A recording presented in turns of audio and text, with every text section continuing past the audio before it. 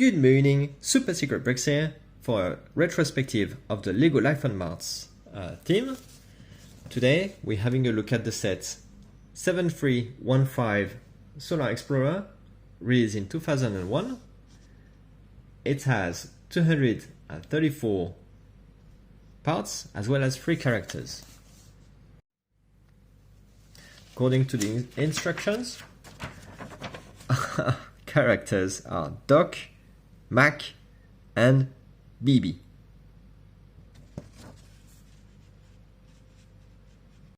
Since we already had a good look at Doc in the previous video, we're just going to quickly go over him, and we're going to switch to Mac right here.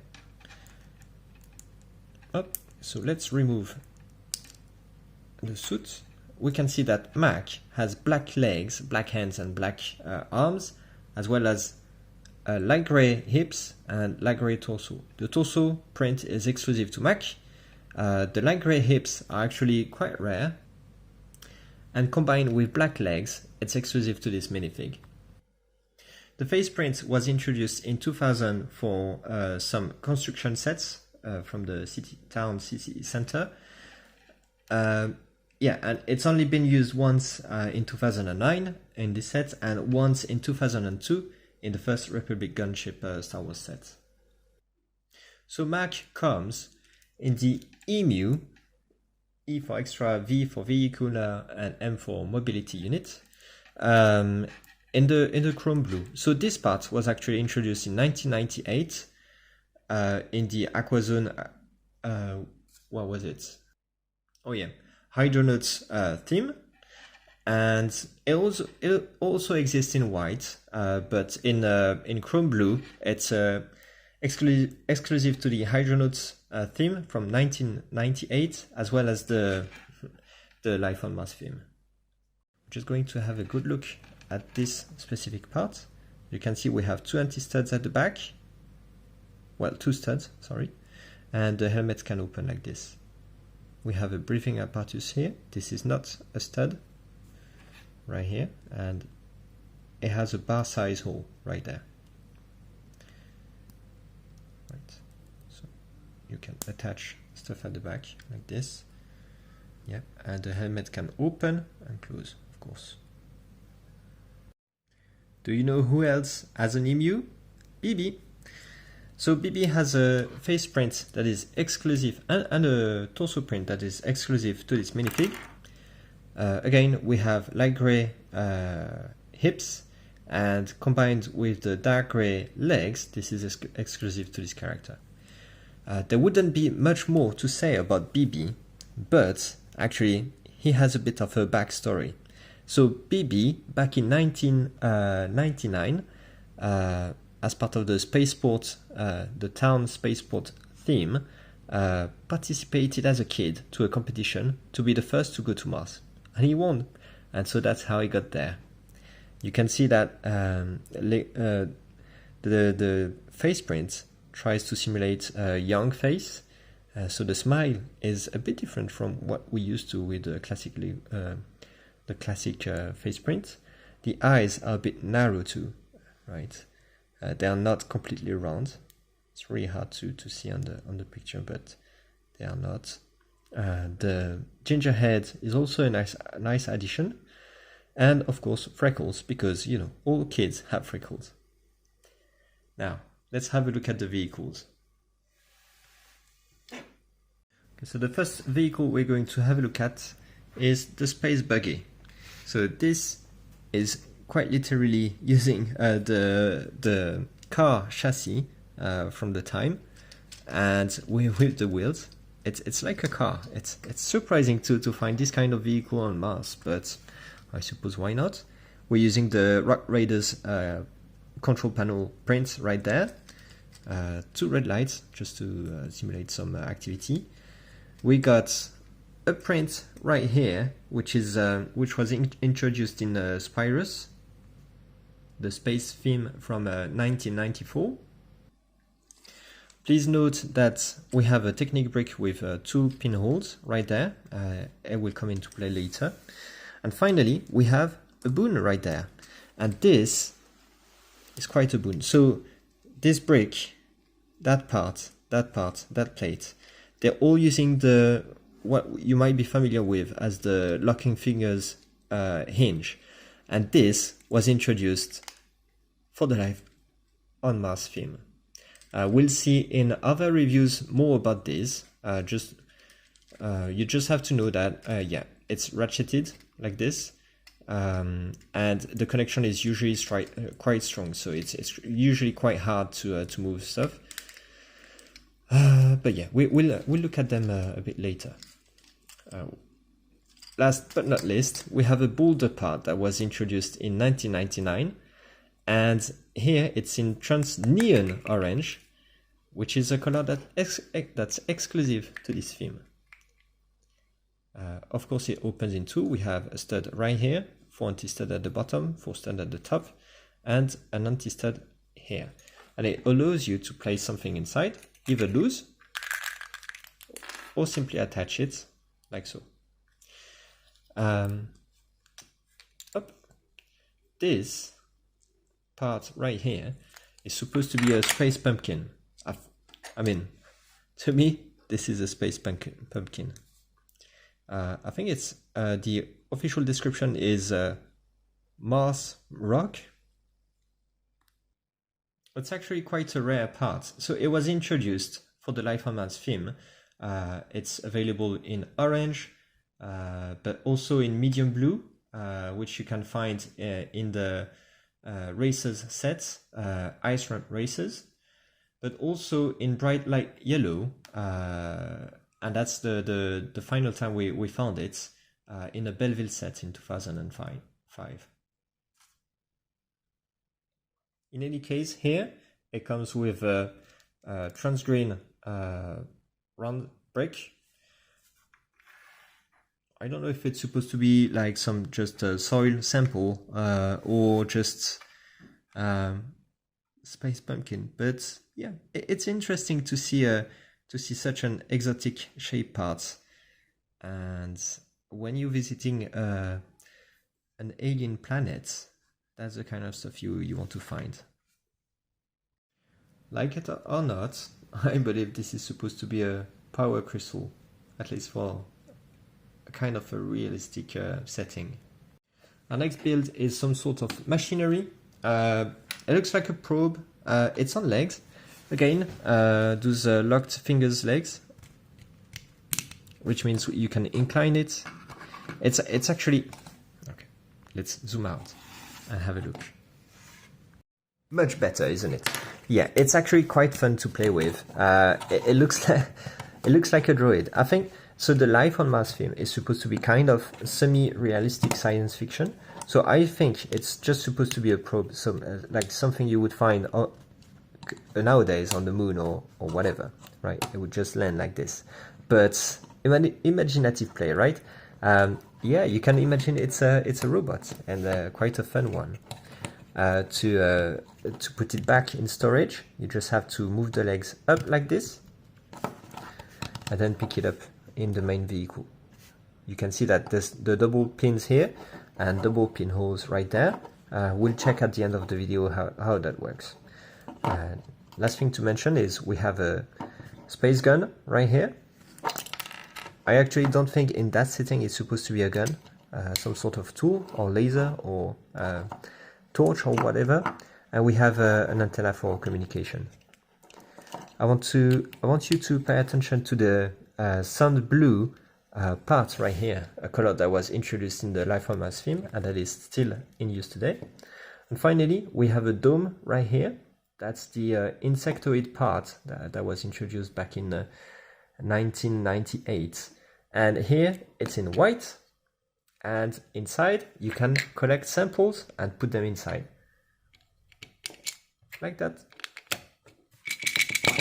Nice.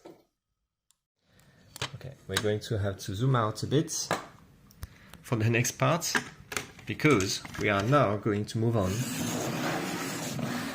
to the main build, the shuttle. So the shuttle is quite long, but actually it is composed in sections that we can split apart And for the sake of the review, that's what we're gonna do. We're gonna remove these bits and focus on the shuttle itself. It is worth noting that there's an axle that's poking out, and it's really a shame, really a shame. I don't understand why the designer or the Lego group or whoever was in charge decided that this was fine to have an axle poking out. I mean, it looks like it's been broken off and stay like this, which might be fine in some play scenarios, but what would be better is to have the possibility to have it complete and then to have it broken off, right? And the technical reason it's there is because it's actually using a studs not on top technique, slot brick, using a technique brick right here, and one of those axle with a stud at the end, right? And it's the axle goes through the cone, and then you just stick it in the technique brick right there. We have two clips right here, so if you want to put some tools, you can. Speaking of tools, we have could be a space blaster, could be a camera, could be whatever you want. And right here we have another one of those maybe torch, maybe space gun thing. In terms of details, there's a part at the bottom. This is just one part in white, right? So that was worth mentioning. We have again this printed pattern right there. We have the double pins over here, and finally the windshield part is actually quite rare. So with this print, it's exclusive to this set, and the only other time this part was ever used was in the first Millennium Falcon. Up inside, we can find a control panel that is printed. It's actually a print that was introduced in Insectoid. And speaking of Insectoid prints, this computer panel was also a print that was introduced in Insectoid. As you can see, there's room for someone to sit backwards and work on the computer. Let me demonstrate like this. Or that person can face forward and enjoy the view. The pilot can, of course, be at the front.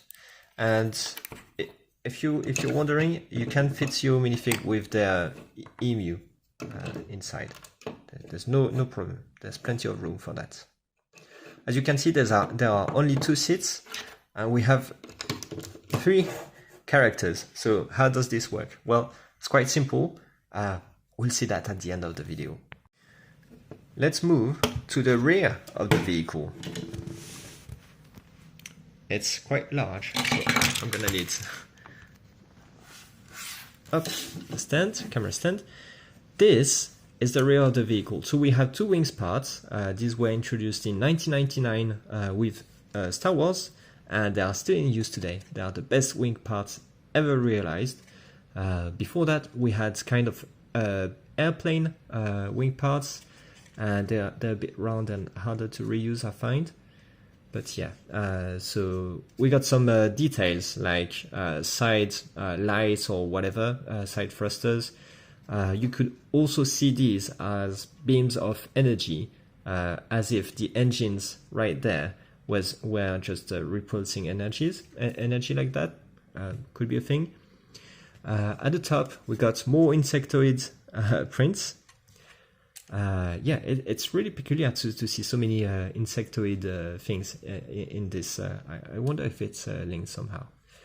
The top part here can be hinged.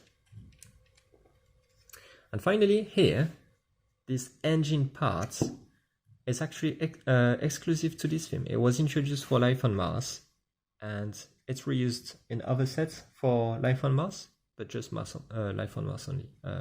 We'll have a better look at them in a later video. Next, finally, the middle section of the shuttle. You can see that here we have a vinyl part right there, and it is held in place thanks to pins with a ball at the end that are pinned to the Technic bricks. These are the biggest, the longest Technic bricks you can find, and you can see it's quite empty. There's a reason for that. There's always a reason for whatever, and I keep saying we're gonna have a look at the end of the video, and we are at the end of the video. Now is the time. Okay, so this vehicle right here can be stored inside the shuttle thanks to the double pin feature. So you can see that we have double pins here, we have double pin holes right there, sorry, we have them everywhere. Yeah, it's quite a modular set. Actually, all the sets from the Life on Mars film are quite modular. So the vehicle can be up, put right there. We even have enough room to keep the boulder on the vehicle. And you can see that the third character can sit in the vehicle. It might not be very comfortable, but it can sit there while the shuttle is traveling. And then you can close it, and that's it. We have some gaping holes like that. And yeah, the most impressive one is the bottom. But it is what it is. Up, we're going to pin that like this, like that.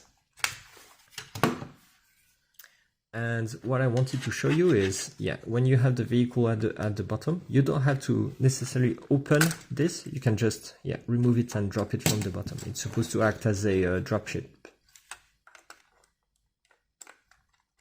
Now let's go back to the middle section of the ship. Yeah, let's go back to it. Up. So this section, once dropped, can also act, I mean, imaginative play, as a base of some sort. So these are solar panels that are going to absorb solar energy and that are going to power the base. And yeah, our crew can try to live in that tent.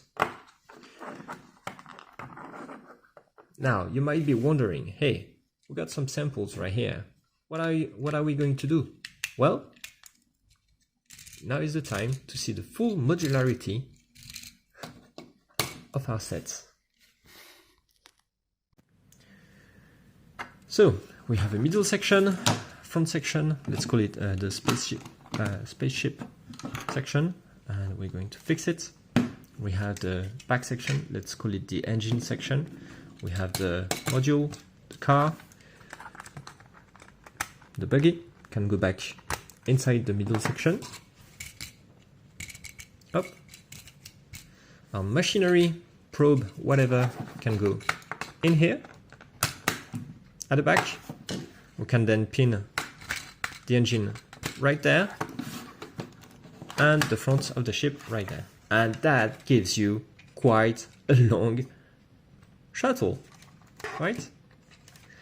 But you can also just decide to drop the base, right? Put the engine back on the shuttle and have a small one with enough power to do stuff.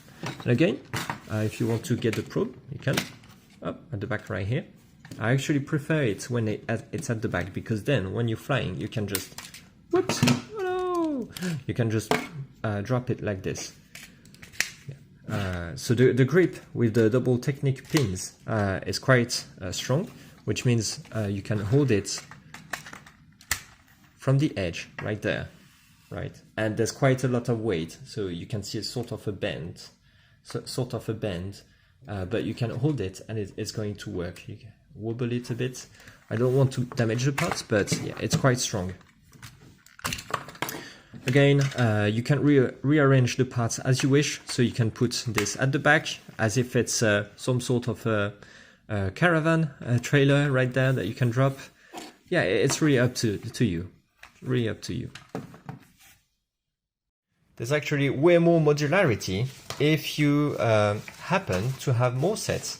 So if you have a look at the end of the instructions, if you have the set 7316 excavation searcher, you can combine the both of them into this weird mech. If you instead have the red planet protector, then you can combine the two as as a space mech ship of sorts.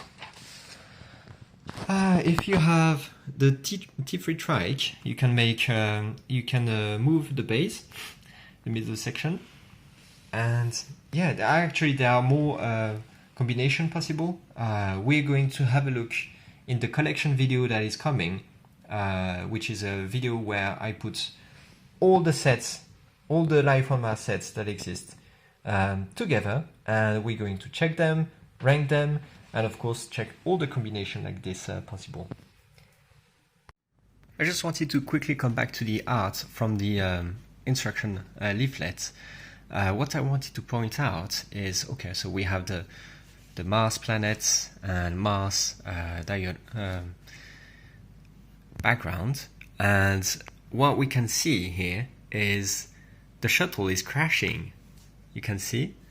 And I think it's gonna play later in the story making of the Life on Mars set. So keep an eye out on the next reviews.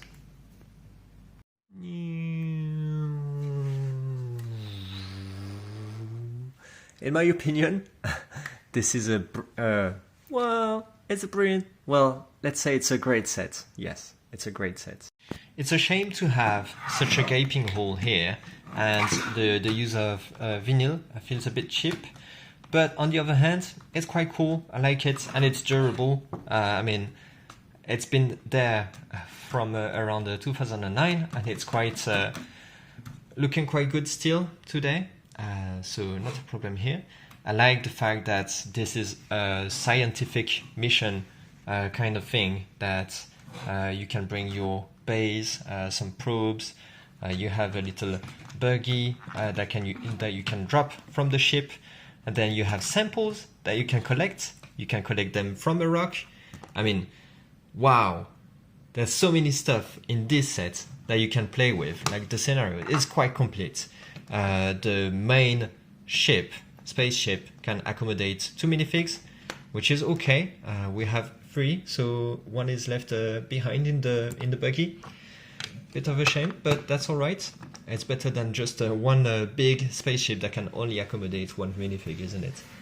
And the engine is okay. Well, it looks powerful, but yeah, I think the main value of this set is the modular, and of this theme is the modularity bit.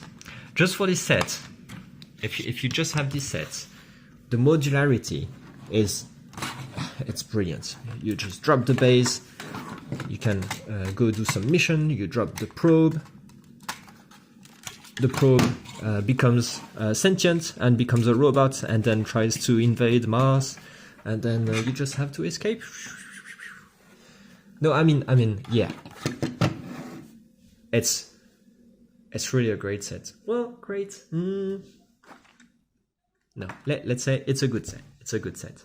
Let me know what you think in the comment. Is it a great set, or is it a good set? What's the thing that's gonna push it to greatness, or what's the thing that's preventing it from greatness? Let me know in the comments. I think I just want to try something. I didn't think about trying. No, I don't think the probe would fit in the base. If we retract the legs, that would be awesome if it could. Yes, it kind of fits. Yeah, and I'm pretty sure I'm not going to be able to. Oh, the antenna. Yeah, you can unclip the antenna. Okay. All right. Yeah. So my worry was that I would not be able to get it out with the buggy, but actually they both fit in comfortably, and there's enough room to then be able to remove one or the other. Up. Let's see. So we have to drop the boulder now. Yeah, because I've kind of felt that it was awkward to have the machinery dangling at the back of the spaceship, but now if you just do that, up, it's a bit it's less long, right? But it's a bit less weird. It feels more like a complete ship. I like it. And then you can drop it from the bottom. Yeah. Anyway, that's it for the video. I hope you enjoyed it. Please leave a like if you did. I post new content every Wednesdays. sometimes on Saturdays. So if you want to get notified when the next Life on Mars or the next video, it's stuck. When the next video is released, just click the subscribe button. Thanks for watching. Bye bye.